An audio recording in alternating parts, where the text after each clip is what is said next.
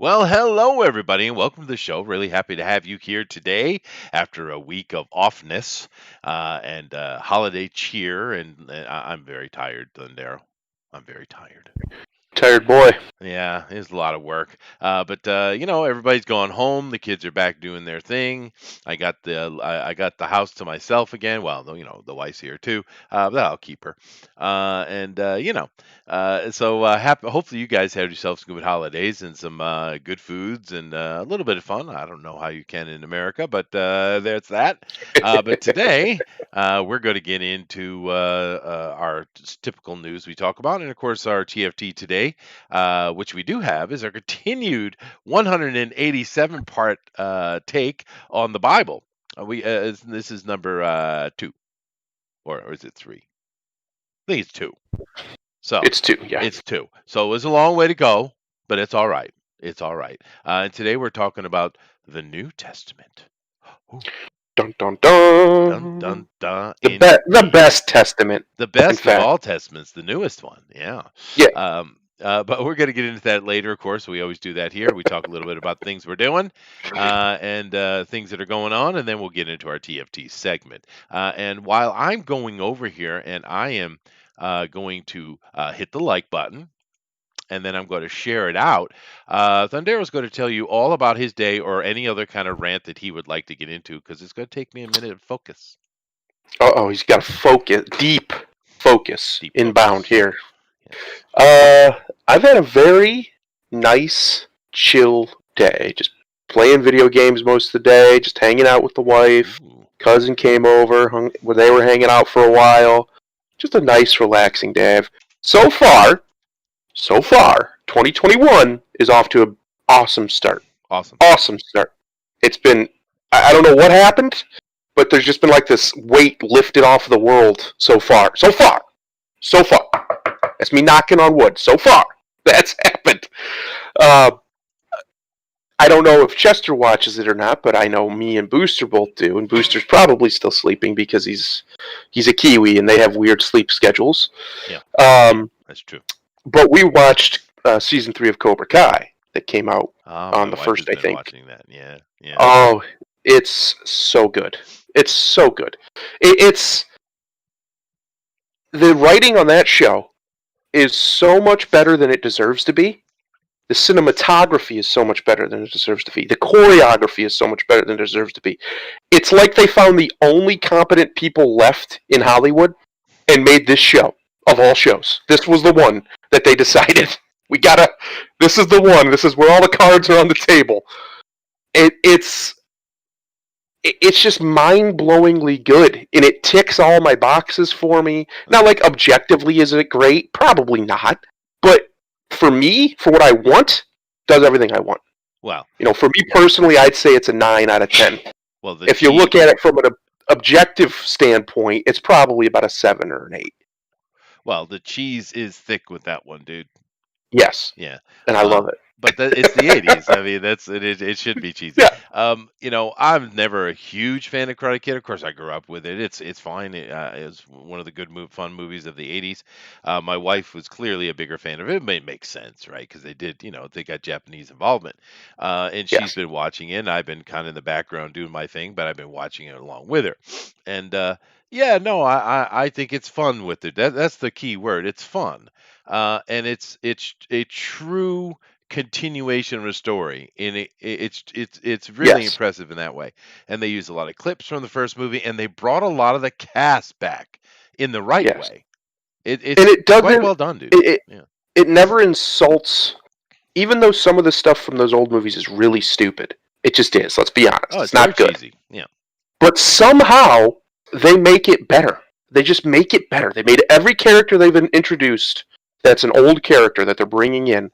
They have literally improved, vastly improved. Even Danny LaRusso. He's way better character in this show than he was in the old movies.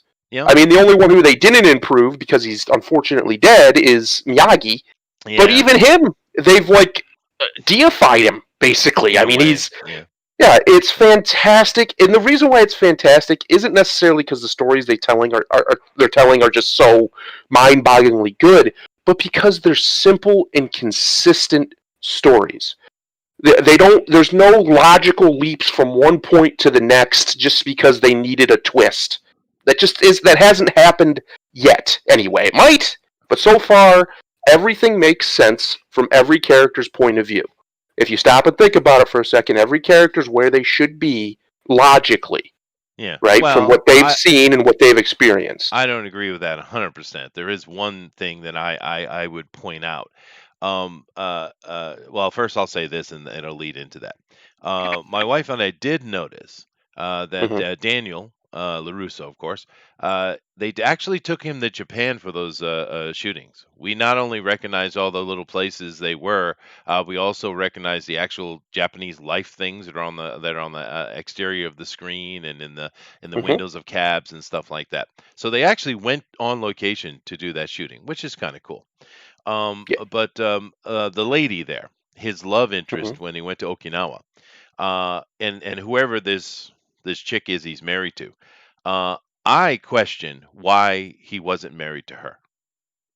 That would be my one To the real Japanese thing. chick. Yeah, that the Okinawa chick. Um, That's my I one would thing. say Yeah, it's not a. It was more of a production issue. They probably. she's I expensive. would.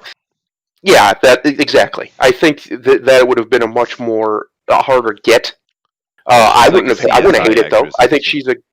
Yeah, I wouldn't hate it. She's a great actress. She's very She's pretty. fine, baby. Um, yeah, I mean it's insane. But the women in this show, I don't know who casted them, but pretty much all of them, especially the older ones, I'm like, yep, they're yep, they're Yeah, very nice to look at. Um, but no, I don't disagree, and I think if I was going to nitpick, and this would be a huge nitpick, I don't like the fact that she just stayed single her whole life, right? Like she just never. I don't well, know. I it's just part of the deification, right? yes. So hopefully the logical consistency continues. Um, Fight the man, the fight for the your way that honor. Sorry. the way that um, they lean into the cheese, which I love, which is something that so many shows are afraid to do, but they're not. And then when they do it because they lean into it and just let it be, it's less cheesy, right? It just is. Sure. So like certain songs will play Yeah, yeah, yeah, at certain times, and you're like, oh come on, but it works because they just let it happen. yeah. They Well, I don't mean, make a big deal about it, a big production about cheese is all that Ralph Macchio has. So I mean, come on. it. It's it, right? Yeah. But no, I like I said, I'm not a huge big a Karate Kid fan, but if you are, damn man, there's nothing but love for you, right? Yeah. And This level of attention to detail and love, could you imagine if we got that out of Star Wars? well, Oh, the Mandalorian did that a little bit. it did, but it's much more of an action show. It's a lot less character driven, in my opinion, anyway. And that's fine. I don't Yeah. think there's anything wrong with that. But I think it would just be so nice to have this level of it. To Karate Kid of all things, these Hmm. people are putting this much affection into Yeah. the lore and the characters and the world building. And yes, I had a friend of mine. He said, "Well, the fight scenes are ridiculous. I mean, they're obviously fake. You got women beating up all these men." And I'm like, Oh, "Well, they're yeah, but it's a horrible. karate They're movie." horrible. Yeah. It's a Um, karate show, so yeah, of course that's gonna happen. sure. It's Karate Kid. It's Yeah. like WWE fighting, right? It's Yeah. obviously not real. Well, interesting thing about that, you could complain and say, "Well, why don't we get some actual martial art girls because they do exist?" Yeah. Well, then what would Ralph Macchio do? I mean, you got to kind of keep Yes. things in line, right? Because Yes. he was the lamest part of the fighting was freaking the Karate I Kid. think the Uh, reason why so many people like it, though, in all honesty, is just because it's honest with what it is. It's not trying to be anything else, and it doesn't try to insult its audience. It just treats its audience like its audience, gives them and listens. They clearly listened from season 2. They toned way back on the love triangle nonsense that nobody liked, from what I understand. They focused more on the characters and their relationships that made the first season so great, like Johnny and Miguel, especially. Um, it, it's just the third season, in my opinion, is better than the first season. Hmm. It's just such a great logical progression, and I'm very satisfied with all the decisions. Somebody said something about Endgame in the chat. Think of Endgame, where they took every decision and made the wrong one. Mm. So far, this show keeps making the right one. Yeah, They no, present themselves with a choice and they make the right one. it is better than it has a right to be. That first statement Yes. you had is correct. Dave says, "Do they have those spinny jump things in Okinawa, Chester? Oh, they got them all across Japan. It's a kid's toy. It's a just one of the little, like a spinning top, and it's just one of those kids' toy things, right? Mm. It's always interesting when you study. I'm going to go anthropological for a moment. May I? Uh oh. Uh Can oh. I? Can Here I it go comes. there? Here it goes. Do it. When you go and study cultures and you look at what's the difference between what could be considered primitive and what could be considered high culture, toys come down to it quite a bit. Mm. And if you look at a culture, a lot of times it's kind of behooves you to look at the toys that the culture had to see to give you a good kind of primer for what the culture itself was. And of course, Japan, oddly enough, is one of the great toy cultures of the world. People don't talk about that. But Mm. when in the old times, long, centuries and centuries ago, Japanese kids had a lot of little toys to play with, a lot of little things. There was quite the um, fulfilling toy culture here in Japan, as many places that we would consider to be high culture. But toys play a bigger part in culture than people might assume. You know, Yeah. yeah. So, but yeah, it's a toy. Yeah, and it's a little fun little toy. Kids love making racket. If you haven't noticed. Anyway, so yeah, we're talking about Cobra Kai, and we're going to move on from that. But yeah, I agree with Ondero. My wife is thoroughly enjoying it, and it's just a lot of love put into that show. Yes. And that's all. What more can you ask for, really? You know, It's all you need. that's all you need. It's All all you you need is need. love. That's right. I have a Just feeling ask I should just write a ask song about cringy that. 60s bands. They'll tell you all about it. They will. They will for sure. Yeah, no, I know that's true, Chiron. He's talking about Stargate is coming, and let's see if they bork it up. They might, dude. Let me go over here and let's get into our stuff. Today I have a small amount of we do stories here, and then we'll do our TFT if we have one. I'm going to spend a little more time on TFT today if I might. But let me go over here and do this. And because I think we have some interesting things to talk about. So, as you guys know, I like to start out with board games, and I'm not doing anything different here today. So let me get over here and show you guys so you can see it on the big screen. Go ahead, Thunder. 1 second here. It's loading. Oh, wait a minute. Maybe it's loading. Well, I shared it with you, so Yeah, sometimes Discord likes to have a conniption. oh, There it goes. Coronavirus board game sells out for Christmas. now this is cute because it has all kind of things. You see the toilet paper there. It's a comedic thing, and it's from Germans. And we know how valuable and amazing their comedy is. But you had a couple of sisters decide they were going to make a coronavirus thing. Now, board game. Now, keep in mind with board games, Germany is the center of the universe when it comes to board games. Most people probably don't realize this, but they have a huge board game culture. Most of the board game we have around the world is because of that culture, and of course, they've been a driving force in this ongoing golden age that we have right now in board games. But I just thought this was cute. I was thinking about talking about the Settlers. Or some of these other new games that played off of Settlers of Catan. But I saw this and I was like, nope, this is my board game news for this week. Because it's cute and it's fun and good on them for making money off of it. Because, a lot of the big companies are making money off this pandemic thing. Can I say that? Probably not supposed to. Although, if you like board games, go check out the game Pandemic. Big seller. Top 10. That wasn't a joke, by the way. It is. It's one of the most popular games in the world. Anyway, moving on here to some real news. I was kind of hoping Booster. Let me give a little bit of time. Let me come back to this one because this one's really up here for Booster. So, oh, go ahead. Well, hang on. Man, my Discord is having a conniption today. Justice League actor Ray Fisher declares he will no longer work for DC's film's head, Walter Hamada. Okay. Okay, bye. Okay, bye. Yeah. Who are you again? Generic black dude. Okay. Well, we've been following the saga of Fisher here, and he's an idiot. Clearly, Yeah, just ridiculously entitled. Now we know a lot of the young people are entitled, and when we were young, we were probably entitled too. I mean, we are spoiled Westerners. I mean, what do you want, right? But yeah, this kid takes the freaking cake, man, because it all started, if you remember, way back when we started talking about this. And we've been talking about this for a long time, guys. He basically was upset because he went in with some suggestions for his character, and the director said, "No, thank you, but no, no, thank you." So they didn't listen to him, and it upset him. And then he went on this tirade where he's trying to destroy people's lives and careers. Very SJW of him.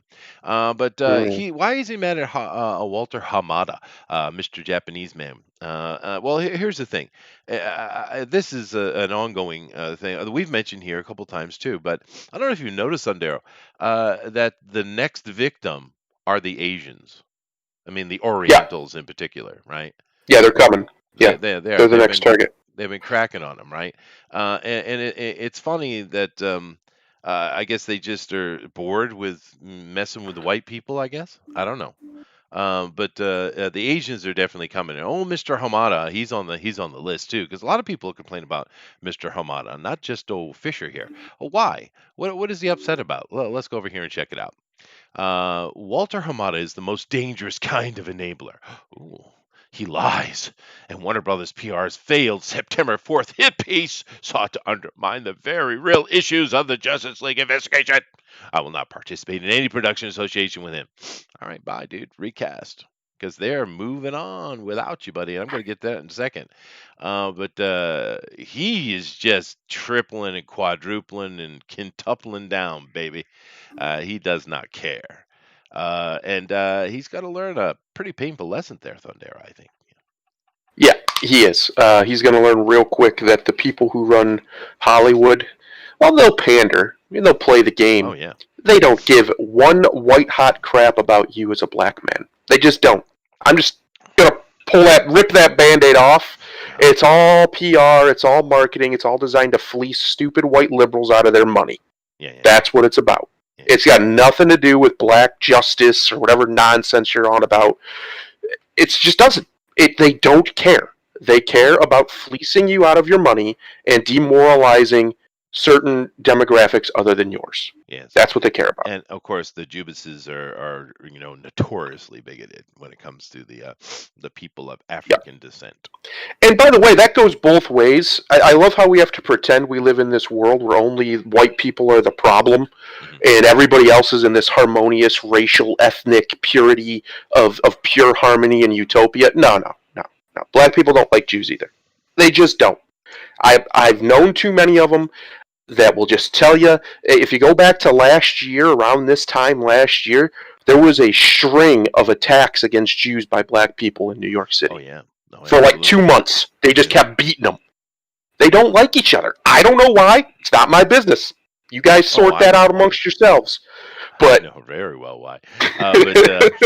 But no, of course you are right. And it's been going on for a lot longer than America's been around. I'll tell you that.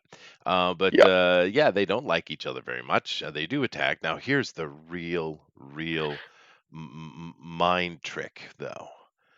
Black Israelites. I love the Black Israelites, bro. They are good entertainment. I don't care if you ever watch some of their stuff they do on their street corner preaching. It is absolutely hilarious. It's completely ridiculous, but it's absolutely It hilarious. is, dude. Yeah, did you see the video? It had that big old buck black Israelite sitting there and had his boot up on some elevated something box or something like that, and that white girl went there and kissed his boot. Now, me personally, if I was there, I'd have kicked his ass just for the freaking principle of it. And then I kicked her ass, and then I would kick their boyfriend's ass the most, right? Yeah, Because everybody somebody's needs their ass would ass have got kicked. kicked, is what he's saying. Yes. Absolutely. But you got balls, baby. I give you that. I give you that. I'm gonna leave you Uh, bloody on the ground. but I got respect a little bit, right? All right, just for Jiminy, because I respect Jiminy. Hashtag not all black people, but there is a big contingent that just has a problem with the Hebrew. They're not friends. They're not friendly. Of course, it's never that all. That's I don't even understand why people have to say that. A stereotype is a generalization. By Correct. definition, humans are not 100% of anything. The only thing Except, that's generally speaking, human. yeah, except for That's about it. guaranteed they're going to screw it up, right? But of course not. I mean, there's plenty of. I would say the majority of people are just good people, want to get along. The problem Yes. we have going right now, because that number fluctuate. It seems to me when you go from culture to culture, time to time, the number of troublesome people fluctuates between 8% and 30%. Now, when you get Mm, close to that 30%, man, you got problems. Real problems, right? Like the Muslims have a big problem because 27% of their population agree with terrorism. That's a problem. yeah. Now, the other 73% think it's appalling, right? Or some varying degree, a shade of gray between that. But Mm, that's bad. And right now in the West, you have like 20% of the population is causing a lot of freaking noise, dude. That is a high percentage. It's always better when things are at that lower percentage. You can't get rid of it. You're always going to have the jarheads, right? I mean, you can't hmm get rid of them. But when it's when it's higher, and right now it's higher, and that's a problem, right? Yes, it's true, and it's. I don't know what the solution is. To be honest, I think we're heading for some very undiverse time. Is the word indiverse, undiverse, whatever? Where diversity Non-diverse. becomes, yeah, there you go, becomes very much looked down upon by huge segments of the population from all sides. Jiminy, do you see that big Yes. old buck black Israelite? Man, Oh, the um, black Israelites, man. They just don't. dude, I give it to them. They don't care. They're out there. They're going to say it. they And don't. they're saying it. Give them respect for that. But I mean, come on, you guys saw that video. It's outrageous human behavior. Outrageous. Everybody involved was outrageous. Everybody. I respect the black Israelite though because he just the balls of it, right? I mean, Yeah. damn, dude. But I mean, we've seen that video. It's outrageous behavior, dude. And cult film video. Hi, how you doing? She says that Chester talked like Royal Tenenbaum. Do I? Wait, Colt Silverio is a woman? Yeah. Oh, all No, right. no, that's You just don't. Lady Celtic Moon. I'm sorry. I apologize, Coughling Video. I'm 100% wrong. It's the icon messed me up. The icon messed me up. But do I really sound like Royal Tenenbaum? A bit, yeah. That's interesting. I'm gonna have to go figure out who Royal Tenenbaum is. I know the name. Yeah, give me a hint. Who is it? Oh, you're asking me to describe things. I Here, know the name. I do know the it's name. easier to just Google it. It's a show. The Royal Tenenbaums is a. They call it a comedy drama. I don't know what that means, but that's what they're calling it. Nibba, goddamn. I'm sorry about that. So, Chester, there will be a war with China. It's not if, but when, right? Now. Roger wants to ask. Here's the thing, and I've said this about China as I go over here and I Google Royal Tenenbaum. The thing with it is, there it is. The thing with it is, China doesn't do that. Hollywood gives you this impression of China and their big wars and stuff, and of course they've had wars. I mean, all humans have. But Mm, China doesn't play the physical game. That's not what they do. They play the political and economic game. They always have. That's how yes. they do it, right? They Hmm. don't make war like you're thinking. They just don't. Now, could they be forced into war? Could this modern, very Western thinking philosophy they have going on in China right now, could that change them and force them into it? Maybe, but it's just not their style, dude. It's Well, just the not other their problem style. is they suck at it, real bad. They're not good warriors. They have this mythological history of being great warriors, but history says otherwise. They haven't won a serious war in 500 years. I'm trying to think of the last.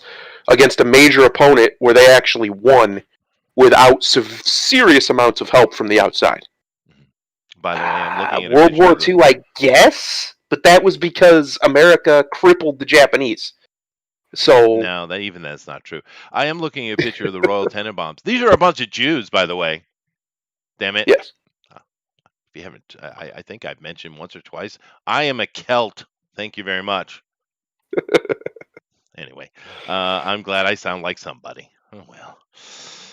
Anyway, let's see here. They play the long game. It's called. Yeah, no, they do. But I'm just saying, the last thing they ever want to do is get into physical contact, conflict. That's not their thing. Yeah. They're much better at the political and economic game, and they can be good at that. If you look at points throughout their history, there were points that they were very good at that. So we'll see how that goes. Gene Hackman and Roy. Gene's awesome. I love him. All right. Let's move on though. Ray Fisher, you're done, dude. All right. Oh, go ahead. He is toast, old cyborg, Borg. Rumor, Disney and Lucasfilm employees livid over return of Luke Skywalker, seeking to block future white male leads. Now, a lot Go of ahead. noise came. No, hey. Go ahead. Go ahead, right? Yeah. But a lot of noise came out after this in that way, in this particular way. And we did see a lot of people making comments about no more white people in the Oscars, no more white people in Hollywood. And you had certain companies actually go that direction, right? Wasn't like MGM or some company had made that comment directly out for their TV shows. Yeah. And it's smart. It sounds like smart economics to me, Thundero, because 30 what 33% of your audience just cut them straight out. Yeah, and especially that's one of your largest demographics with the money in their pocket. Yeah, now that's smart. It's good business. Well, especially to just boldly state that you're doing it specifically for racial quote unquote reasons. Let's be honest, it's racism. Quotas. Pure, unfiltered, unadulterated racism. Um, to announce that out and out is just stupid. Like, that's dumb. So they genuinely believe now that they have white people so utterly cucked that they'll just keep taking it. Well, I don't think that's true. I think they're setting the whole world falling into this weird racial trap of F the white man is setting themselves up for something brutal. And they're going to deserve it when it comes, but that doesn't mean I still want to see it happen. So like I with Ray really Fisher, think, yeah, I think we're going to see some very serious political upheaval in the West and then therefore in the whole world because of this stuff. Oh yeah. And it's already starting to simmer, it's already starting to boil, and it's going to get ugly. And it's because they just won't stop. Well, Like, why would you come? Imagine if somebody came out and said, "Well, we're not going to put any more black people in whatever because we need more diversity." What would happen?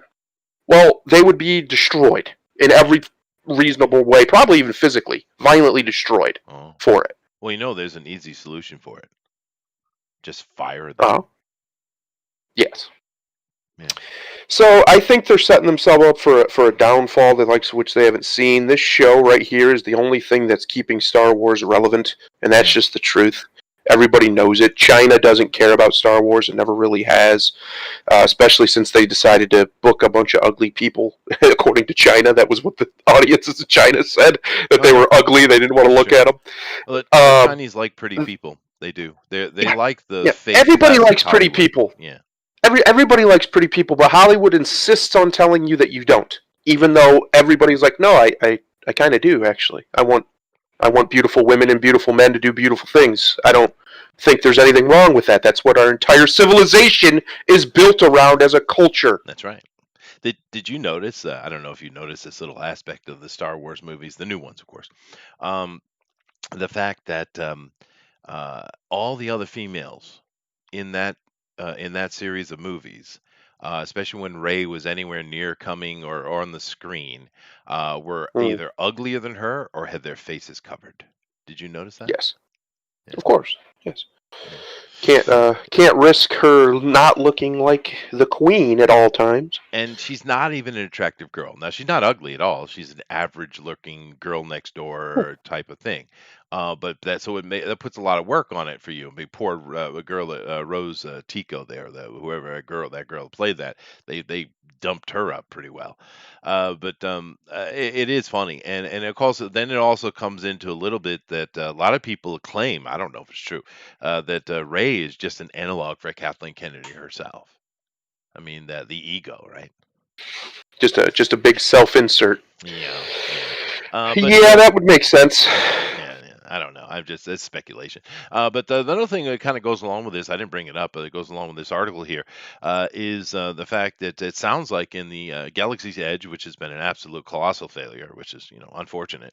Um, they're going to start putting Mandalorian characters in there. Sounds like finally, Good. Well, I mean, this Good. should have been Tatooine from the frickin' beginning with all your classic Yes. Star Wars in there. What are you doing? Right? Are you going to go make a Disney park somewhere and not have Cinderella, Mickey Mouse, Goofy, and Donald Duck? I mean, what the hell? Well, Of course you here's are. what's strange, right? Speaking of Mandalorian and of Cobra Kai, these are two shows that largely shouldn't have succeeded. They just shouldn't have. Let's be real. I don't think anybody really expected Mandalorian to be great when we first heard of it. I think most people were kind of like, what? Why'd they make it? It just didn't make sense. What is this show going to be? Well, then it was pretty good. I don't know if it's great, but it's pretty good. It's No, solid. it's fun. It's love, Yeah. dude. Love. Same with Cobra Kai, right? I don't know if objectively it's great because I can't be objective about it because I just love it so much. But that's better to me. I don't care if it's subjectively great. To me, it's subjectively great. So the fact that we see this, and this is like a culture, I think it's a cultural moment because the audiences of these two shows have spoken loud and clear that they love it and they like being, crazy. They like to be treated with respect. I don't know. Call me crazy, right? And I don't know if the people in Hollywood, if their agenda, the agenda-driven people, because not everybody is. A lot of people there just want to make money. But a lot of them have an agenda, and it's obvious. We see it all over. It's this right here. It's fuck white man, right? Yeah, That's part of sure. it. Yeah. And I just don't think their voices are going to keep going. I really don't. I'm still sticking by my prediction that they got maybe 3 more years of this crap before remember when, like, the 80s, we had the satanic panic and all that, and we had metal music was evil, and that's all. Nobody listens to that anymore. That's gone. That whole culture that was built around that just evaporated within a decade. Yeah. And I think you're going to see a lot of that happen in culture with this stuff. Now, the problem is they're starting to try and entrench it into actual law in the West, in America especially, and that's where it becomes a real issue because that's a lot harder to dig out. But culturally, and I've been saying this for 6 years, it only takes one. It only takes one big name brand to tell them to stick it, and it's over. It'll all fall apart. Because if they're big enough, they're not going to be able to hurt them. And if they just keep making good products and the customers keep coming anyway, it won't matter. Look at all these companies like Nike and these who get away with running slave labor shops, basically, all over the world. Because they simp for it. Because their PR is good enough. Yeah. Because they know how to market. And they've been doing it long before they started simping for this leftist nonsense. They've been doing it for a long time. They've been getting away with it. That's just one example. These companies are so big that PR, and it would have to be catastrophic at a level we've never seen to really, really, really hurt them, right? Because the customers just keep coming. They just keep buying. They just keep buying. That's all it takes is just one. It's just one cultural institution to just say, stick it. We're not doing it. We're just going to tell a good story. We're going to respect our customers. Everything we've been talking about for years now. It just takes one. And so far, no one has done it. No one has stood up as a cultural institution or an organization and just been like, nah, we're just going to make good product. We're not here for that, whatever. They don't even have to actually say it. They just have to keep doing it. Because there's pressure, especially with like Cobra Kai being on Netflix and Mandalorian being on Disney. There's pressure from the top to do it, right? To cave to the nonsense. And so far, they haven't. Neither one has. And in fact, Cobra Kai goes out of their way to make fun of it all the time, which is hilarious. They do. I think this, I really hope that there's something happening in that culture in Hollywood and in the play. It's not really Hollywood because the stuff's made all over the world now. Mhm. But just we say Hollywood, we mean entertainment in general. Let's be real. Sure. Just that you don't have to do that. You don't have to pander to these people. These people are a small minority of a minority that think this way. They're maybe 8% of the American population, maybe 15-20% of the European population, and the rest of the world don't give a fuck. Let's be real. They don't. Japan don't care about it. China really don't care about it. Nobody else cares about it. Your two other biggest markets could give two shits less about gay stuff and women empowerment and all that nonsense. They just don't care. They don't care. Tell me a good story. Show me beautiful people. Give me pretty lights. That's all they want. They want to be entertained. Well, yeah, And I think that they're starting to get it. That social media, for years, I've been hearing that social media matters. It's so important. I don't think it is. I don't think it really is. well, and the thing with those cultures you mentioned, they don't really care at all about such things. It just doesn't matter. It's let people do what they want to do as long as they're not hurting anyone. I mean, that's kind of how most cultures are. Um, it's the ones that have just rigid rules and religions that kind of cause that trouble. Anyway, let me go on to Yes. the last one here because I do want to get on to the Bible aspect. So let's do this here. And this is connected. Rumors Zack Snyder's Justice League will still lead to new DC projects on HBO Max despite studio pushback. Yeah. Now we looked at the pushback. White people. Yeah. Yeah. But AT&T came in ball swinging and they said, "Not we're doing this and not doing that. We're doing this and not that." And they're doing what they want to do. They don't care what the people in Warner Brothers have to say. We own you now. Shut up. Of course, they're not shutting up. But that the AT&T is doing whatever the hell they want to do. So we're going to get Zack Snyder's thing. We're going to get spin-offs from Zack Snyder's thing, whether they like it or not, and there will be white dudes involved. Sorry about that. Sorry, guys. You know, Yeah. Hidalgo there, whatever his name is. You're gonna have to gotta take a short walk, I think. And Flying Saucer saying your audio is fading. My audio, Yeah. really? Is it still fading? Let me check. It sounds okay to me. I don't know. Yeah, no, it sounds good and clear over here. It's peaking at about 75-80%, so it should be good. Should be good. Let's see here. Chester, what I do in Unreal gets easier and easier when we are literally entering an era where we don't need Hollywood. Now, that's true. I think they're going Correct. to have completely digitally created characters with no need for voice or anything. That is definitely coming, and it's coming quick. Hey, Flying Saucer, thank you for the information. It seems to be okay, though. I'm checking it, and my analytics over here are showing me that it's all happy and good, man. Dave, I want to see Scott Steiner's Justice League. Where'd all my freaks at? Yes. Oh, if we Did I lived in a say Steiner a instead of perfect Schneider? world. I might have. Oh, That would be I don't perfect. know, but I want to see Scott Steiner's Justice League as well. It would be glorious. That Especially man. after a fifth of whiskey. That'd be good. Yeah, yeah. Anyway, so this is still connected. They're still doing it, and it's showing you the stress between the SJWs that got their claws in and the corporates who are coming in with AT&T in particular, that are like, "Nah, we're here to make money." And you're Yes. starting to see the stress between them show up quite clearly. These two articles demonstrate that quite well, I think. Anyway, it could be YouTube. They're idiots. So what do you want? Yeah, but who knows what's going to end up with that? But I do want to get on to the TNT aspect of today. Is there anything else you want to kind of say about these kind of conjoined articles we got going on here? Well, it's another example of it is if you look, even which we all knew was going to happen, even the old Democrats in America, the ones who've been pandering to the left so hard, even they're kind of starting to get tired of it. And what I mean by that is like the mayor of Portland, I think it is, that Ted Wheeler guy is he's finally had enough of Antifa, it looks like, and basically called them out finally by name and called them a violent group and blah blah blah blah all this stuff. Hmm. So it's starting to shift. Now, I don't know what that means. I don't know if that's even a good thing because it might shift into something worse. But there is definitely a paradigm shift that's happening. Like I said, it only takes one to Hmm. do it. It only takes a Nirvana to come along and change the whole game, or a Pearl Jam, or a Beatles, or something, right? Just something to shake the boat and Yeah, change the whole game. that is fair. And I think we're getting close to that. I think everything's ready for it. Mhm. And I thought it was going to be last year, but I don't think anybody expected a plague, so that kind of put a damper on everything.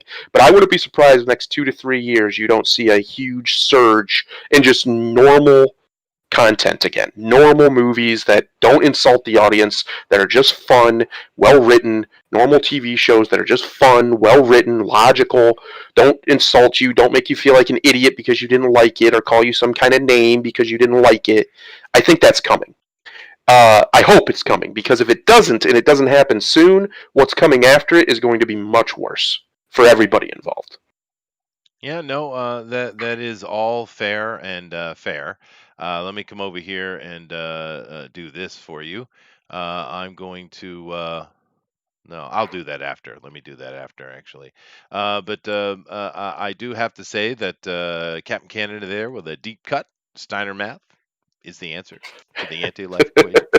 It's very nice, sir. Very nice. Oh, Steiner Math, the Steiner Math promo. It Yeah, is, mwah, it's yeah, so good. yeah. I'm going to let me do that, and then I'll put it back up afterward. But it's time, Thundera. It's Uh time. oh. Yeah. Uh oh. So we're going to get into our TFT segment here today. It's a little bit longer, so I'm kind of getting into it earlier.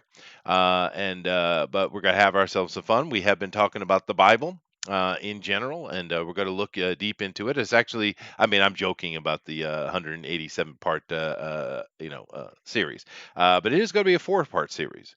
The second part today, and then I have the next 2 parts planned out, and we're going to get a real good look at what the Holy Bible is and understand it in a very uh, litigious way. How let's put it like that. Let's go ahead and get it. Let's get it on. It's time. It's definitely Uh time. oh. Prepare your butts.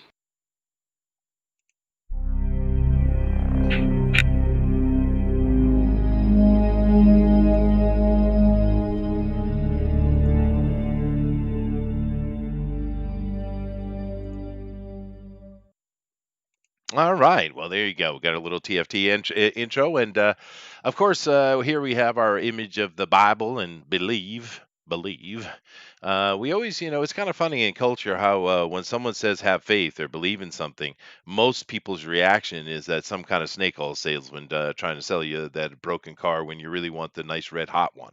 But that's kind of what it comes down to. And anytime you have any of those kind of conversations, say you're just talking about Greek gods or something like that. People just dismiss it out of hand without any question or any kind of emotion involved. But yet, when you bring it to a religion, the same comment will bring ire, anger, and various emotions. And that's one of the problems with faith. It might also be one of the good things. Do keep in mind as I go through this series, I am not knocking the idea of faith. If your belief in something makes your life better, gives you happiness, gives you focus, rock on, brother. It has nothing to do with that. I'm not talking about faith itself. I'm talking about the construction of bureaucracy that we see today. Of course, and we're talking here particularly about Christianity with the Holy Bible, of course. Although it does connect to other things, I talk about the bureaucracy of the Catholic Church, the bureaucracies, bureaucracies, super plurals on that. They came out of the Reformation and the Protestant declarations, etc., etc. I'm not talking about faith whatsoever. Is that caveat? Did I caveat that enough? You did, I yes. did. Think, okay, good. So here we go. Now, if you could do me a favor in Thundero, this is going to be a little bit lengthy. So just let me kind of go through my many pages I have prepared. I actually prepared statement. I did. Do it. I did. I am going to Uh, grab my dinner. he's going Go to do it. grab his dinner while I do that, and I will come back and look at the chat afterward. But most certainly, brothers and sisters, let's go ahead and get into this. Of course, what we're talking about here today, in particular, we're going to talk about Paul. Old Paul, of course, I'll get to him in a second. But when we're talking about that, we're talking about the New Testament in particular today, the 27 books of the New Testament. And before I get into the talk about Paul, let's keep in mind with a few things here.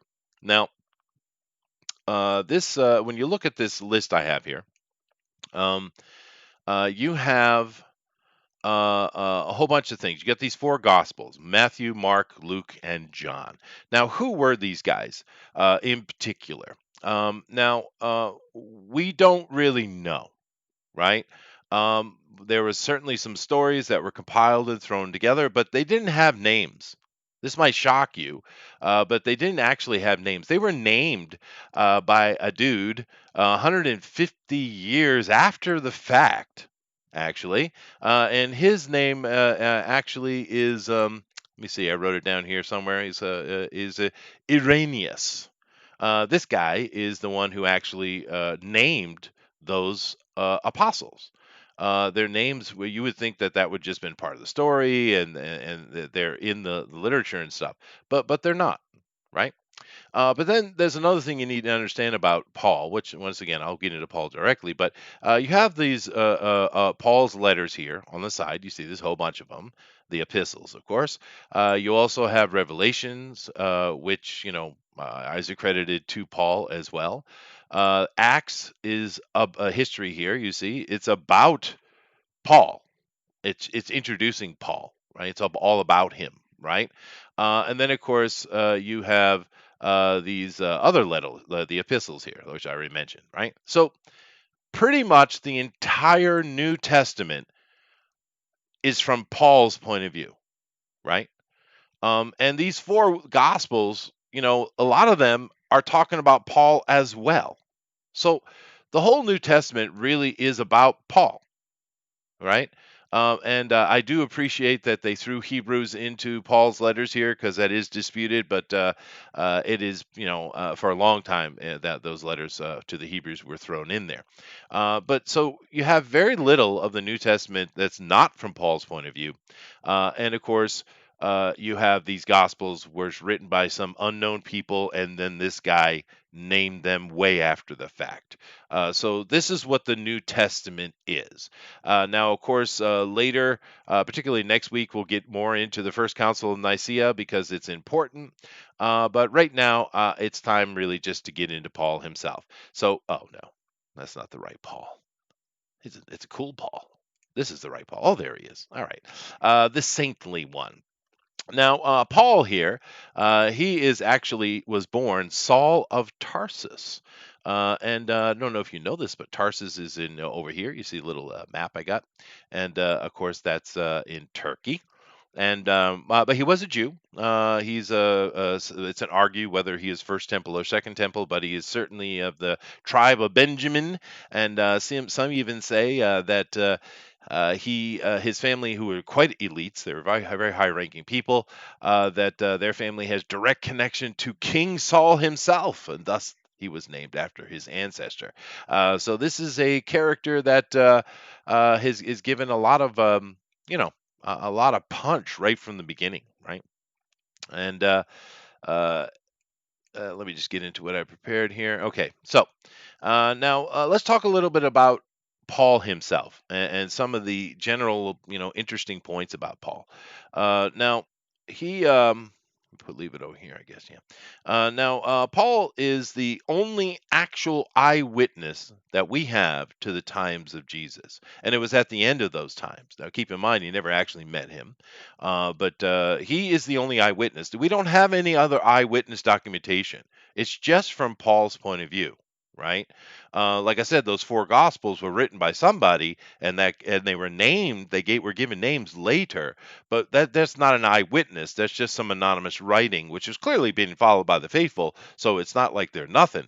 But the actual only eyewitness you are given to the times of troubles that were going on in that era is Paul. It's just Paul, and you should think about that for a minute. The entire New Testament is from the point of view of one person. That's interesting, isn't it? Okay.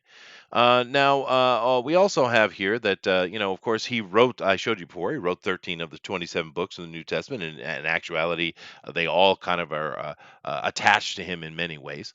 And only 7 of those are considered to be authentic of the 27, by the way. I don't know how they came to that decision, but they did. Other books, of course, we had letters of James, Peter, we have Jude as well, and whoever wrote the letter of the Hebrews. But like I said, most people kind of consider that to be Paul as well. Paul said a very interesting take on a thing. Paul said it was okay to lie if you are converting those to the faith, right? And he said this in Romans 3:7. If you want to go check it yourself. But the interesting thing about Paul is he also went on and on and on and on and on, telling you he doesn't lie. He's not a liar. He said it a lot, quite a bit. If you actually read the New Testament with fresh eyes, you'll see that he's constantly on about it. But yet he says right here that I do lie, and it's okay to do so if you're trying to convert people to your faith. It's interesting. All right. He intentionally also did some other things which I think are quite interesting. Because remember, he is born a Jew, right? And a high ranking one. At least his family is. He intentionally misquotes the Torah all the time to make his own truth. And he loves to bash the Jews. It's kind of interesting thing because he many times showed his credentials on how super Jew he is, but yet he bashed the Jews all the time. And he often in his letters and stuff would alter and change the actual verses from the Torah to make them fit his narrative. He did this a lot. Now understand, I'm not making this up. You guys can go read the books yourself and make your own decisions. But he did this a lot. Let's see. The New Testament is more about Paul than it is about Jesus. It's very true. Jesus doesn't get mentioned as much as you think in the New Testament as Paul does.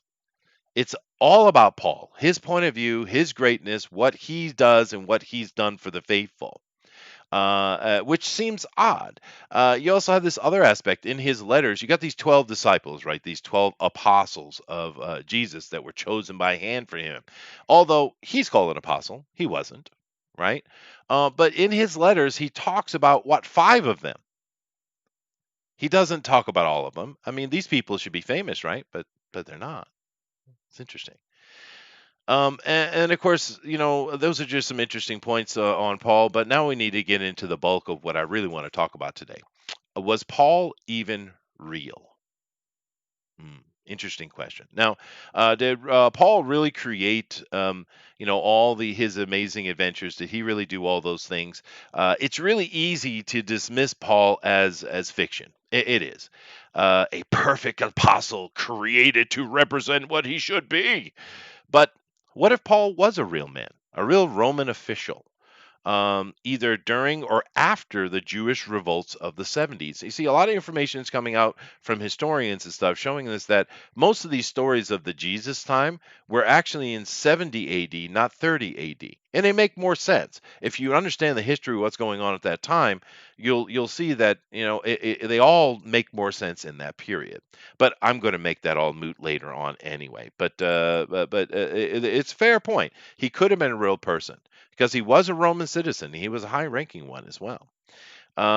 Because his comments do imply this. A lot of the things he says are really talking about that time of revolution in the 70s, the AD 70. Even in his own writings, it seems to tell us that that's what's going on. And of course, this is the time he's living anyway. That's his time, right? Let's see here. Also, keep in mind that at the time of Jesus, there were a plethora of so-called messiahs, and during the revolution an actual legitimate claim to the vacant Roman throne came from Isus, the king of Petra, right? And a lot of people have kind of alluded that Isis is kind of referencing the Jesus, because a lot of the militant things that he did are what Jesus did in a way. They are similar, and that's fair enough, because Isis is a real guy. He had a legitimate claim to the throne of Rome, the Empire of Rome. There were four people vying for it, and of course, in the end, Vespasian won. But and he I'm going to get into it more, but he kind of took, tried to use the power around him, which is that of the Jews. So that was definitely going on. Um, and there's also an interesting thing about this Isus fella, the king of Petra here. He was a member of the Galilean sect of Judaism.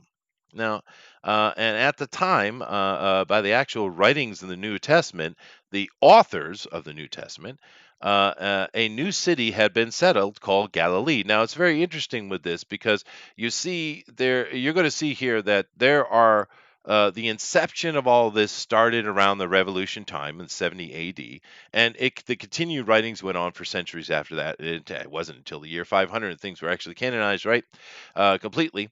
But at that time, there was no Galilee.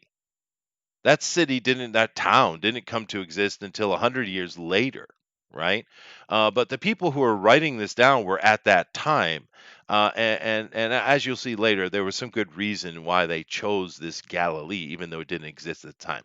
But uh, you know, uh, these Galileans, though, these galley priests, were a real thing.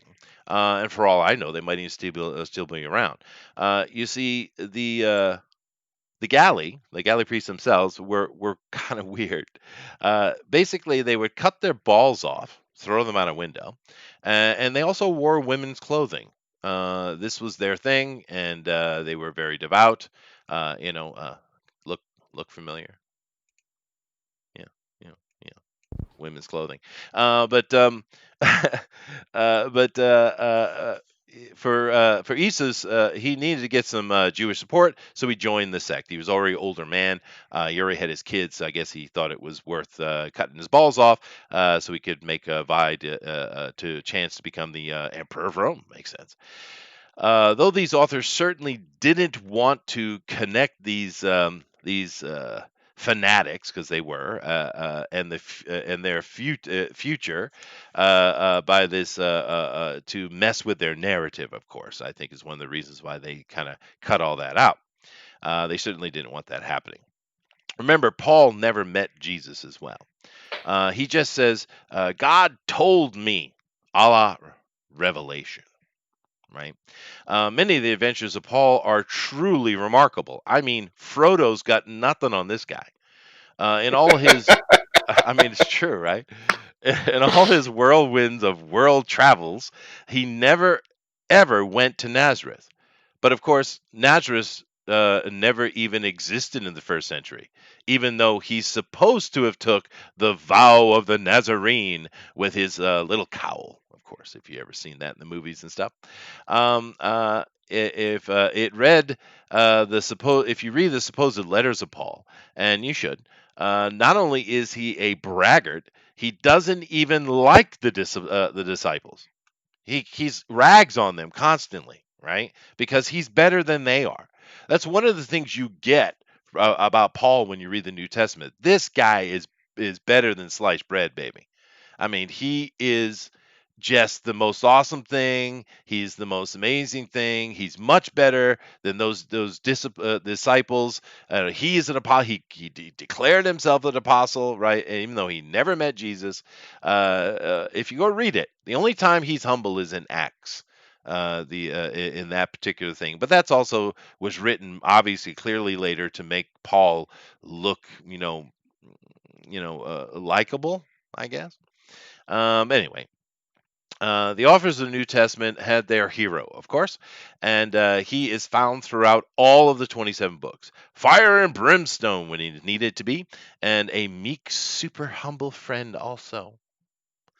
Of course, the Bible wasn't truly completed until the Council of Nicaea, which I showed you there, which is in 325 AD, and not fully canonized until 200 years after that.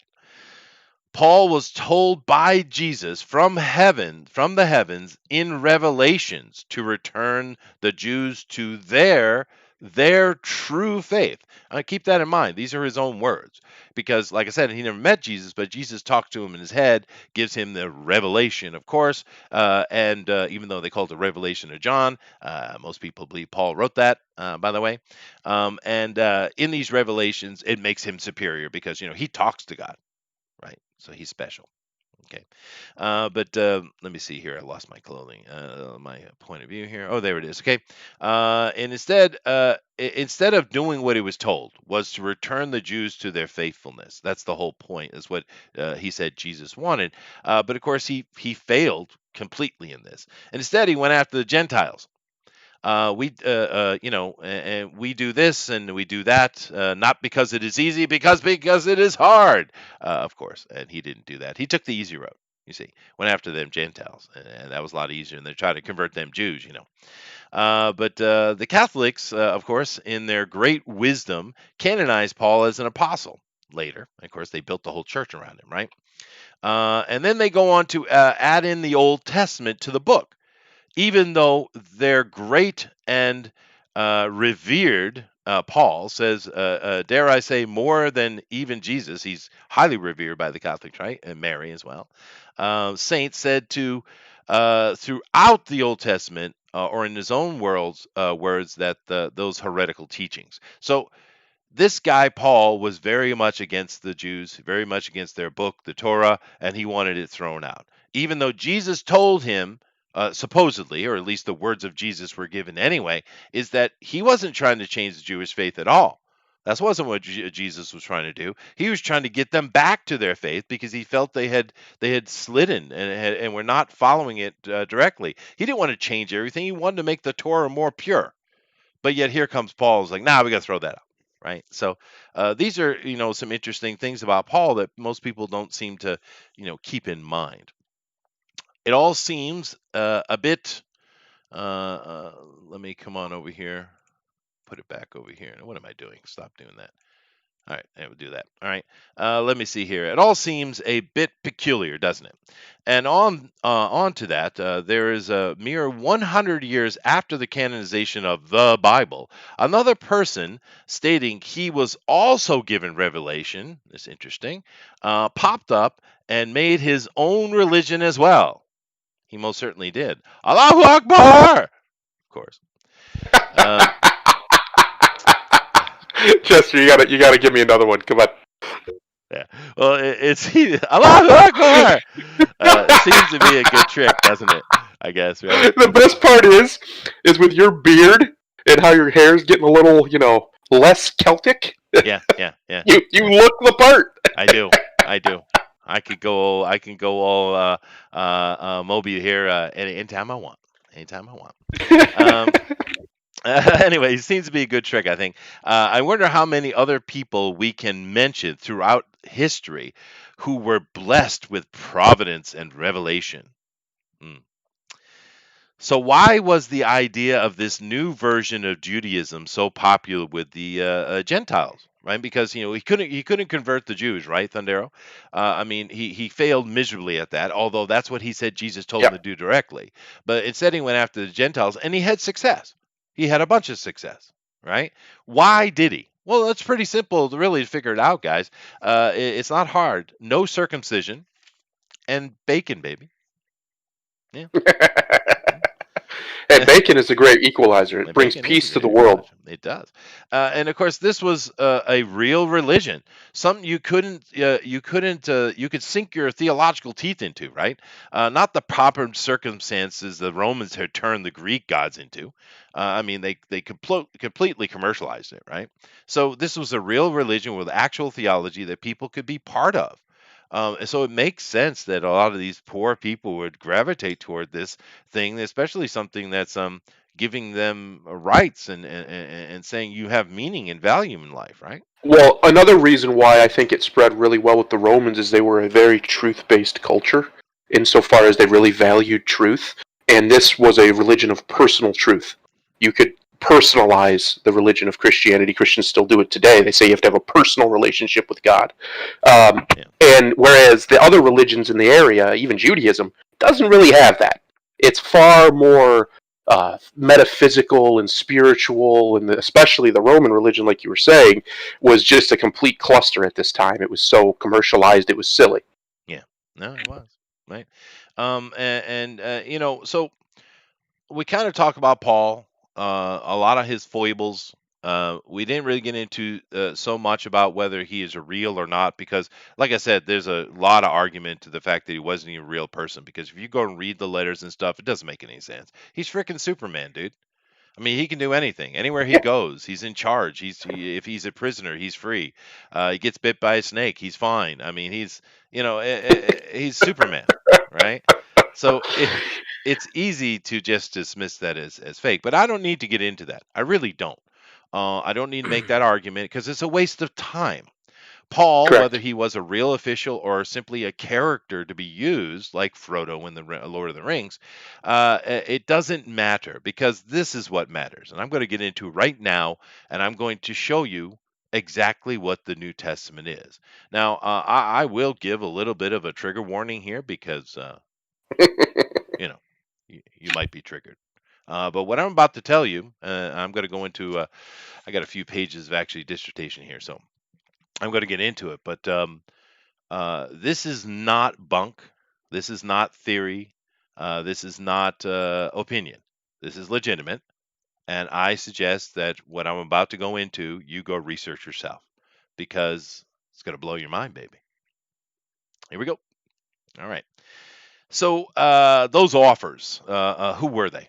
Who are the authors of the Bible? Now, there's actually several centuries of writing going on. There was the later writers, that guy I showed you earlier, who named them, and they're compiling things, and et cetera, et cetera, et cetera. It took a long time. It took hundreds of years, actually. Like I said, this all started in 70 A.D. And it was kind of finished by 500 A.D. And to be fair, the Bible is still going under all kinds of additions and corrections and what have you. It's still happening. But the majority of it happened between 70 AD and 500 AD, really. So, but it started with these fellas right here. Now, that's some joyous fellas right there. I mean, talk about going down to the English pub and getting in a fight. I mean, damn, dude. I mean, come on, right? I mean, those look like a couple of British dudes that are just going to knock heads with you, right? Well, of course, here we have on the left, this is Vespasian, and of course, his little baby boy on the right, Titus. Now, these guys, and of course, their mother, Domitilia, was probably involved in everything that happened as well. But it really comes down to these two. Now, you got to understand that whole, the vacant throne of Rome was four separate people were fighting over it. One of those being Isis of Petra, and he lost, and all the rest of them lost. Vespasian here is the one who won, right? And because of all that, the revolt was coming in the Jewish lands, was coming on, because in Jerusalem, right, in Judea, because they're always revolting, they're always causing trouble, and they were supporting their dude to be the next emperor, and he lost, and they were just revolting and causing trouble. Kind of sounds like another group of people we have these days. What do they call them? Anti something. Not sure. Anti-vaxxers. That's right. That's those bastards, John. Absolute bastards. But so they had a lot of trouble going on. But this guy here, Vespasian, won, and he sent his son out, who was a general. He's a pretty good one, it sounds like, if you read all the writings from Josephus about him. And he put down the revolution completely, sacked the temple, and of course, you guys all know about the Ark of the Covenant and all that kind of stuff that came after that. Well, that's this dude here on the right. He's the one who did all that stuff. And you're going to see that Titus is the most important figure in this story. And of course, he became Caesar later as well. Look at what the New Testament does, right? It tears down the Jewish religion. That's what it does, right? I mean, they killed the baby Jesus. Actually, Herod tried to kill him from the beginning of all the damn story, right? Yeah. The Jews are the villains of the New Testament. And there's a reason for this. Why? Because the Jews were a pain in the ass, always demanding this and that. Well, they were. Oh no, that's it. This channel's done. That was the one. Well, they are, dude. They always they always demanding this and that. They always had just came out of this Jewish revolt as well, and the tensions were really really high at that time. Something had to be done about these Jews. That's what the Rome Vespasian and Titus thought about it anyway. So they created their own messianic savior. Hmm. And this Messiah that they created, unlike the Jewish Messiah, which means general, by the way, that's what Messiah means. It means general. Okay, would be a pacifist. Hmm. How convenient. Then steps in the traitor. Now, this is another important figure here I'm going to show you. He's very, very important to the whole story. Now, this guy's name is Yosef ben Yatayahu, whatever. But he's more commonly known as Titus Flavius Josephus. It's interesting. His name that he got later. Now, he's a Jewish elite who traded to the Romans, plain and simple. If you guys know the story of Josephus, he's the one where they were hiding in the temple underneath in the kind of basement area, and they were like, "We're not giving ourselves up to the Romans." And he came up with the idea, okay, well, we're gonna commit suicide. We'll kill one of every three because you can't kill yourself. You can't go to heaven when that happens, right? And in the end, he was the one alive. Pretty smart guy, right? But anyway, he worked against the Jews his entire life, right? And his he became the best friends with Vespasian's son Titus, a future Caesar himself, as I've mentioned. He and Titus were best buddies, and it's very important because a lot of the writings of the conquests and the life of Titus were from this guy Josephus. He's an incredibly important character in this whole thing, right? And he basically he helped them with their plan, right? The New Testament is even written in this kind of mocking form of the old Jewish style of writing. And what the Jews will do is in their writing, and other people too, it's not just them, but they would use the same character over and over again to represent an idea, whether it be a pharaoh and then another king, or Moses or Abraham or what have you. They do this kind of thing. It's called topology, by the way, this style of writing, and they use that. But the New Testament is written in a mockery of that, right? Look at the story and compare. Jesus does everything that Moses did.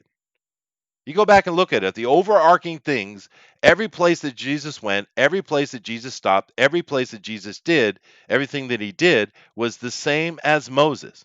Exactly the same. And this isn't even argued. Scholars agree with this 100%. Even a lot of the Christian theologians will say that, oh, well, they certainly made those comparisons just to kind of tie it in. So even they agree, right? And they, like I said, the Jews in their writings, they did this all the time. It was kind of their style of writing, right? The stories are also very parallel, as I mentioned. Uh, Jesus is the Caesar's better, more peaceful, thus easier to control religious figure. The funny thing is, many of the actions of Jesus mirror perfectly the military campaign of Titus as a general, fighting for his father Vespasian. Now, I'm about to get into the Flavian Signature, if any of you have read those kind of things. This is theories that have been going on a very long time, but there was this guy, I'll get to the end, but someone wrote a book that kind of made it all very succinct. And let me repeat that. If you look at what Jesus did, where he went, why did Jesus go to this place or go to that place and talk to this person or do those things? Why did he do the things he did in order? Well, because it was perfectly mirroring everything that Titus did in his putting down of the Jewish religion revolt in Jerusalem. It's incredibly mirrored, and I'm going to get into it a little bit here. Jesus started at the Sea of Galilee, right? Or whatever it was called at that time. And Jesus says, "Follow me, and we will be fisher of men." Right? Everyone knows this little thing, and they were fishing for men, right? Try to get followers.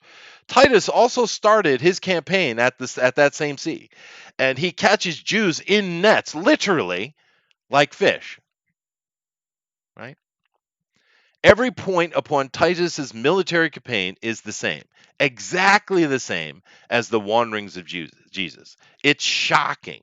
Now, scholars have been pointing this out for a long time, like I said, by the way. And of course, you should go read Caesar's Messiah. This is written by Joseph Atwell, like I mentioned. This isn't his original idea. This has been going on a long time, this thinking, and people have noticed this and talking about it. It's not allowed to be talked about publicly, I guess. But this guy put it very succinctly in his book, Caesar's Messiah. If you want to go read that, you'll see all those kind of points kind of collated together. But it is uncanny, dude. Now, while you now let's see here. Uh, and here's the kicker to it. Now I don't know, Thundero, hi John.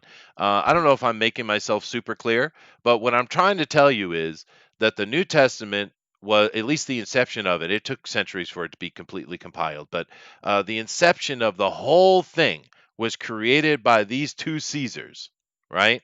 For them to deal with and make the Jews and the people around more easier to deal with, because Jews are very militant. So they wanted to create a very pacifist version, and they wrote this, probably with Josephus himself, to create this new religion that they could manage. Am I being clear on that? Yes. Good. Yep. Good. All right. Here's the kicker, though. I'm going to end this up, and then I'll come over the other side, and we can talk about it with these guys, and they can say whatever, they give their opinions, whatever they want to talk about it. Here's the very interesting thing that you might want to, that I think, just kind of covers it all up. And like I said, every single bit of movement by Jesus, Titus did the exact same thing. It's basically just mocking the Jews themselves and the Old Testament, and look how successful they were, dude. But here's the thing. Now, Mary, the ultra goddess of the Catholics, right? The mother of Jesus, right? Do you know what her name means? Anybody? Anybody? No. Class? Class? Go. Okay. Mary means rebellion. Interesting. Ooh. Now, Titus's mom, his mom had quite an interesting name. Her name was Damatilia. And what do you think her name means? Well, her name means that has been tamed.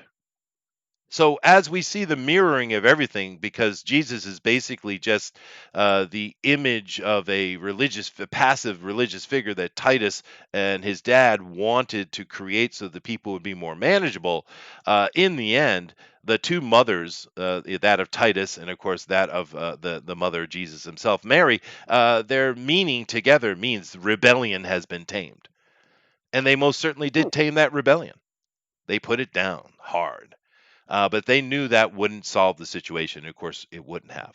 But when they created the Christian religion and it started moving on and continuing and growing as it did, and then with later priests and other people being involved, adding to writings, adding to it, by the time of 500 AD, you had a burgeoning and strong religion that was moving forward. And look what the hell they did, dude. Over 1 billion Christians in the world, and you might as well go throw ahead and throw the Muslims in there too, because their old dude there, Muhammad, had him an idea, and he followed the. Now, did he know what the Caesar's doing? Probably not, but he saw what Paul did, which is obviously a fictional character created by these guys, or he could have been real. But this name was used as a person to give it out. Maybe he was just a hired person to go out and do those things. I don't know. But now you're looking at over 2 billion, near to 3 billion people in the world are part of what these two dudes created, right? And to be fair, you could throw the rest of the population in too, because everybody is under the thumb of the Abrahamic religions in some way or another. Everybody. So you cannot even compare the success of this lie that these dudes created for their own purposes. I mean, dude, claps. I mean, jeez, come on. Masterful stroke of work, wasn't it? Masterful, dude. Absolute masterful. 2,000 years later, and we're still under the ruse. So, those Caesars, man, they ain't dumb, dude. They knew what they No, were they weren't. doing. They were highly educated, even though they do look like they should be in a British pub somewhere getting drunk. They do, dude. I don't know what to tell you. They probably were, often. In fact, some of them anyway, definitely were. Well, anyway, I'm back over this side now. I hope that was listenable, and I put forward the idea that I want to show to you. Now, I know for a lot of people this is going to be very shocking. Some of you might not care, but this is the reality of the situation. All the information we have, this is not my opinion or theory. All the information that we have shows us that this is true. You cannot you cannot look at every single stop along the way of the story of Jesus that you're given and not also look at the activity and actions of Titus as a general and not see that every single solitary one is exactly the same. You cannot see that and then come to me and say there isn't a connection. You can't do it. These guys were brilliant. They needed to deal with the population. They needed to dumb it down and they needed to control it because the Jews were just a huge problem, a huge pain in their ass. And they always are. I mean, think about this. People, this anti-Semitism and all that stuff, which is weird because Arab Muslims are Semitics as well, aren't they? Well, whatever. But why is it throughout the 6,000 years of history since the creation of the new calendar in the city of Ladesh in Sumer, why in that time have the Jews been at war, had their butts kicked over and over, enslaved here or there? How do you think that has been going on for 6,000 years? Because they're a pain in the ass. That's why. They never shut up. They're always pushing and causing trouble. They're always pushing everybody's buttons. And of course, a lot of it has to do with their wealth and power.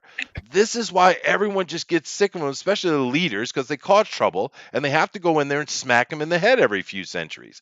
And that's just the reality. I don't care if you don't like it. I don't care if you think it's racist, because it's not. It's the truth. It is what it is, man. And these dudes, in their attempt to just deal with this noise and trouble of the Jews, they were frickin' brilliant, dude. And I guarantee you, it is way more successful than they ever expected it to be. It's probably a stopgap measure from their point of view. Let's just try it. And they use Josephus. He's kind of basically coming across as a reporter, right? He's like a Washington Post reporter, and he's out there putting out these books, and they're talking about the life and times, right? And they sent some agents out to do. Paul was probably one of them. There were probably many Pauls, actually. Anyway, I'm ranting, but no, there were. There definitely were. They're not recorded by name, most of them, because Paul was such a hot shot, but there definitely were. I think he even warns of them in, I want to say it's in Acts, but basically they warn all throughout the New Testament, Paul especially, of false prophets and false teachers and da-da-da-da.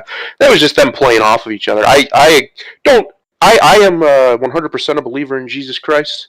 Whatever that means is what it means, but the concept is, to me, personally, which is what Christianity was supposed to be, at least the original teachings of Jesus, if you actually go read them, not the 66 nonsense books that are given to us, but the actual teachings of Christ, or the allegedly actual teachings of Christ. It's a personal thing. It's a spiritual relationship with God the Father through him. He said this is actually still in the Gospels, but he also, in the other books that were left out, goes into it and expounds on that even further. I encourage people to read them. Like I said last week, John, the book of John, quite literally says that the Bible is not the Word of God. So that when Paul contradicts this twice in the New Testament, he's a liar, and he is lying. And anybody who says he's not needs to read the book, read the stuff in the original Greek that it was written in, or the Hebrew that it was written in, and understand what it's saying. The Word of God is the spiritual entity known as Jesus Christ. It always was, and it always will be. John chapter 1 says this explicitly. You cannot read it any other way in any language because it's so explicit. Revelation, the only other book that has a long-form versions of prophecy. says that Jesus is the Word of God, that the Word of God is his name. Yeah. His very name is the Word of God. So you cannot say that the Bible, and a lot of Christians fall back, use it as a shield to fall back behind, is the Word of God. Only Paul makes that claim. Yeah, he does. All other claims from apostles or prophets are either speaking specifically of the law or speaking specifically of prophecy. They're not talking about the minutia that's in between. Paul says that it all is. All of it is inspired directly by God, according to what most Christian dogma believes. Well, that's just silly. That's nonsensical. Why would God inspire some of the things that are in there that don't even make sense? Especially Paul's story, which is ridiculous. It Here's is Paul's story. ridiculous. Yeah. Paul was persecuting Christians by the thousands, Oh probably. yeah. Hundreds at least, but probably in the thousands. He's walking down the road one day and Jesus just shows up above him in the sky and asks, why are you persecuting me? Paul goes blind, can't see anymore. He goes off and meets this guy, and his eyesight comes back. And then after that, he follows Jesus Christ. And then he goes off for, I think it's 3 years, into the wilderness, quote unquote, and is trained by Jesus and God directly Yeah. on Directly. what is righteousness and what is truth, and basically, holiness and the Bible and all of it, and then comes back and just tries to take over the He young did. church and basically be the big cheese of it. He did. What? And no, it's true. And if you look at all his travels and all the crazy places he went, which is kind of impossible if you think about it, it was many Pauls. It was propaganda campaign. And Yeah. Chiron, it's funny. He says, "It'd be funny if YouTube sent a rabbi in here. Please, the rabbi would agree with me, Oh, 100%. definitely. Yeah, Most rabbis. definitely, because from their point of view, from the Jewish point of view, everything that Paul did, he is actually the anti-Messiah, the anti-Christ. That's Yeah, how they viewed Paul. And they still probably do, because he was exactly. I mean, keep in mind. Here's one of the things about people don't understand about Jesus, this character that these Caesars created. He was not. These Caesars were not trying to change the Jewish religion. Well, I mean, they were just trying to control it. They were trying to make it more peaceful, right? quell But it. but keep in mind what Jesus said in the writings, right? Hmm. He said, "Do not change it, not one dot or tittle." Right? Yes. Do not change it. Paul came in, said, and throw the whole damn thing out. Pretty much, yeah. And the difference is, right. So if you take the old, the Jot. law, that's the law as it's called, the Torah, or as what we would call the Old Testament. It's largely called the law. He's saying you can't change the law because God doesn't change. God is the same forever, according to the Bible, anyway. Right? He's an eternal being. He's unchanging because he's always right. So why would he change? Um, so you can't change his law because that makes no sense. Why would his law be wrong? You can't change that. Um, and that's what Jesus is referring to specifically, the law. Is he talking about all of the traditions and customs? I don't think so. And the reason I don't think so is because he didn't always follow all the traditions and customs himself. He did some of them, many of the holidays he observed and whatnot, but when it came to other things, he just outright didn't do them. He didn't show deference to any of the religious leaders at all. In fact, he was quite rude to them often. And so I don't think you can sit there and say that all of it must come forward. What would be coming forward, or what he was referring to, and I agree with you actually, is you can't change the things about the religion, about Judaism, about whatever you want to call it, that matter. No. Those things must stay the same, and Paul absolutely did in his writings rebuke them repeatedly. Yeah. In fact, the dogma I was raised to believe in, all of the Old Testament is 100% fine. You don't worry, you follow it to the letter unless the New Testament says otherwise. Yeah. And Well, and that's one of the things that actually made me go, why would that be if God doesn't change? That doesn't make sense. it is. Shouldn't it all be the same? Well, this to answer to what you said and Erotimus's comment here. Propaganda is often full with contradiction because it's the nature of propaganda to be so. Yeah. It's not the truth, right? And this whole concept of propaganda and not destroying a thing, but trying to manipulate and control it. Yeah. Which continued from the these it started the inception was with these two Caesars, Vespasian and Titus, but it continued on through the actual creation of the Catholic Church with Constantine, which I'll get next week is all about Constantine. All right. We're going to Hmm. get into how that all happened. But they continued the same idea of don't destroy a thing, absorb it, assimilate it, if you would like. Yeah. They continue that throughout their entire history. The Europeans should understand this very well. Halloween, All Saints' Day. Christmas, anybody?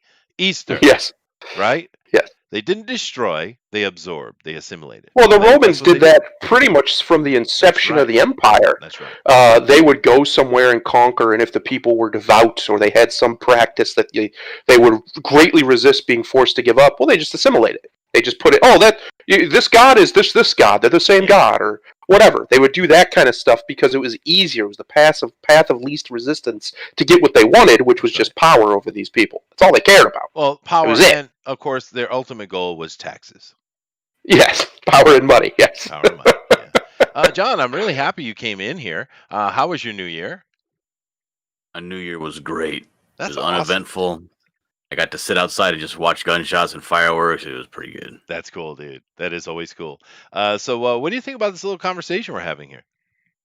I'm very interested. I'm very quiet and just listening because I want to hear all this information. This is all new to me, and it's all very interesting and great. And I'm sorry that I don't have anything to add to it, but Well, it's no, really that's good. fine. But this I talked about Caesar's Messiah, written by Mr. Atwill. But Mm, and like I said, it's not his original idea. He just kind of put them all together. But for centuries, scholars have been talking about this comparison between the life of Titus and Jesus, and the fact that the Bible was clearly written as an attempt to propaganda to control a population and such. But here's the mm. thing, John. You yourself had just mentioned and stated that you didn't know anything about it. Now, how is it, do you think, that the entire population of the world, some teeny percentage of people know this, even though it's the easiest and clearest thing to see? It's not like it's hidden anywhere. Why do you think that is? Well, I think it's because, if I could be blunt, the information is deliberately being hidden. The the name Titus, I've never, and the thing is, I'm not what you would call somebody who just goes ahead and listens to whatever people say. Hmm. But the thing is, even just the name Titus never associated that with any kind of actual story Yeah. at No, it all. is Never heard directly about it, connected. and I'm not walking around blind. Mm. But I am 100% not academic. No, and of course, most people aren't. They have their own specialties and their own focus and skills, of course. Mm. But it is really interesting, and I agree with what you said 100%. Don't take my word for it. Go study it yourself. I'm trying to help focus you guys in the right direction so you can find the information you need. Read the writings of Josephus. You know, Yeah. then go and you can if you haven't read the New Testament, read it. Right. And then, of course, go read something. Like I said, I think the Caesar's Messiah is the easiest thing because it's one succinct little book that it gives you all of these ideas put into one place. But you can research it beyond that as well. It is all very plain to see. But yet, if you mention this to some Christian or some men or religious person, they'll lose their damn mind. Yes. And you can point out point for point. Well, Jesus went and he said that the orchard had been destroyed in that little story where he's dealing with the orange or apple or no, I think it was orange orchard. And then of course at the same time you have Titus. Who he basically cut all the orange trees down because he didn't want the Jews to have access to food, right? Or the whole bread thing and fish. And there's a little bit of smartness going on here with the Caesars as well, because there's certainly certain aspects of Buddha written into those stories as well. And of course, they Mm. were well aware of it at that time because, Silk Road, anybody? Yes, especially But Taoism. yeah, especially. So they definitely put those things in, and the walking on water and the bread and fish. That's all Buddhist stories, much older. But they're also comparable because because of the Jewish Revolution, a lot of people were hurting in the countryside, and what Titus did, try to get your those affected by your enemy on your side. It's a standard military tactic, right? He fed them. What did he feed them, Thundera? What do you think he fed them? Probably bread and fishes, He I would did. imagine. He did. Yeah. And he actually confiscated the fish from Jewish fishermen. But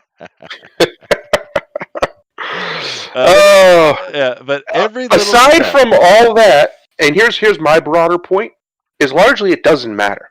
No. And anybody who's a Christian's listening to this, I want you to understand. I don't call myself Christian, but I believe in Jesus Christ. I don't like the term Christian. I think it's a derogatory term used to demoralize. But I do believe in Jesus Christ. I do believe him to be whatever God is. He was a representative of it, whether he was the Son of God or not. Doesn't really matter because the messaging that's in there, whether it's manipulated or not, there's still a lot of truth in it. Yep. And that's what's important. There's a reason why a lot of these themes echo through the great religions all over the world. Yeah. Because the truth is there.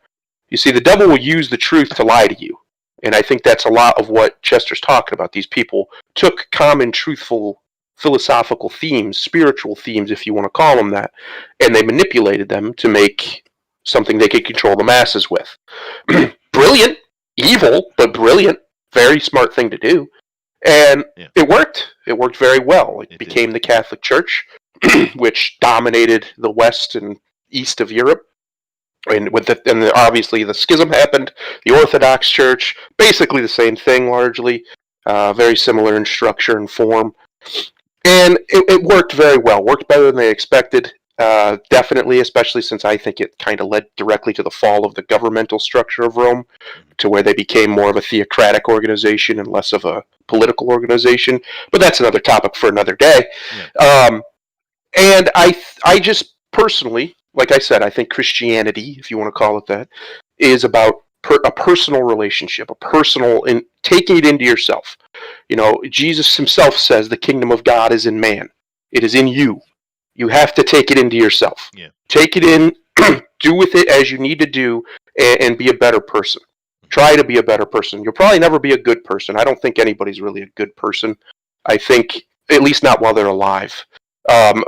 Another topic for another day. Yeah. But I think you can try, and that's what's important. Try to be honest. Try to have integrity. Try to just be virtuous. That's what's important in life. Yeah. And Well, I think Jesus was trying, the stories of Jesus, like I said, if you read here's what I think actually happened.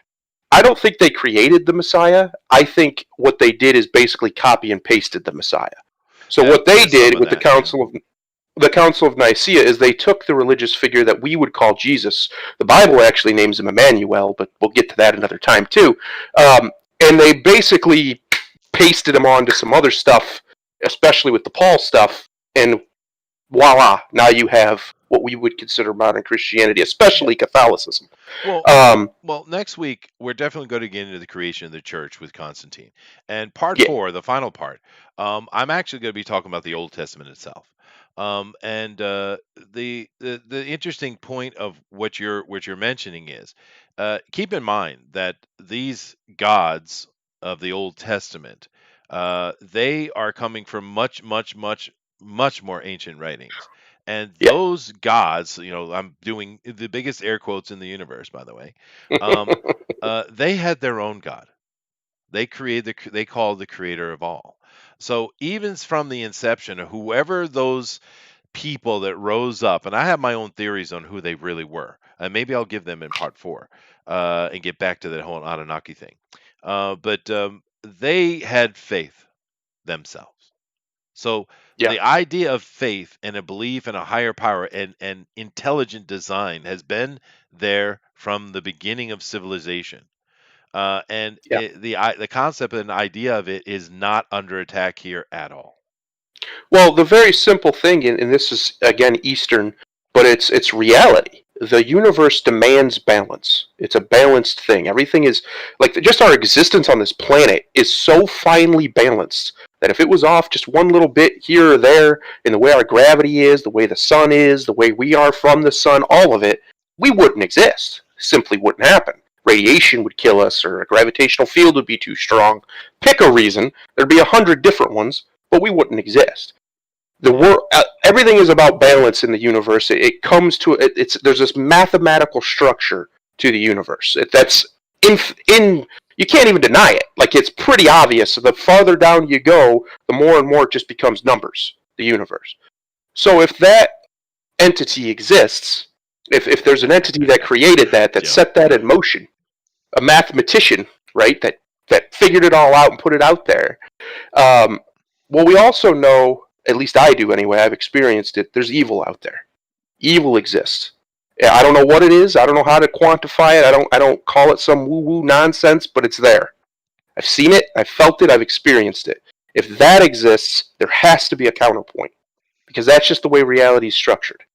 So for me, that's the main reason why I continuously and will always believe in something greater than this material world. Well, sure, because it's much older than that. Yeah, that's true. Yeah, there has to be. There must be. I don't think I want to live in a world where people who do such evil things like harm children sexually or just whatever get away with it, and there's no recompense coming to them. No, that sounds like hell to me. That sounds like we're living in hell. Different conversation, but I agree.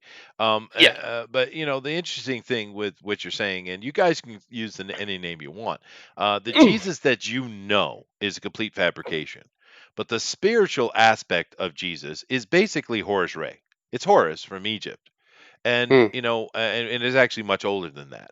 So the spiritual aspect of the thing is very different than the propaganda created. And of course, with the Caesars and Josephus, their main writer and propagandist, they of course pulling things from old stories and other stories to do it. I mean, why? I mean, the best lie is the one that's closest to the truth.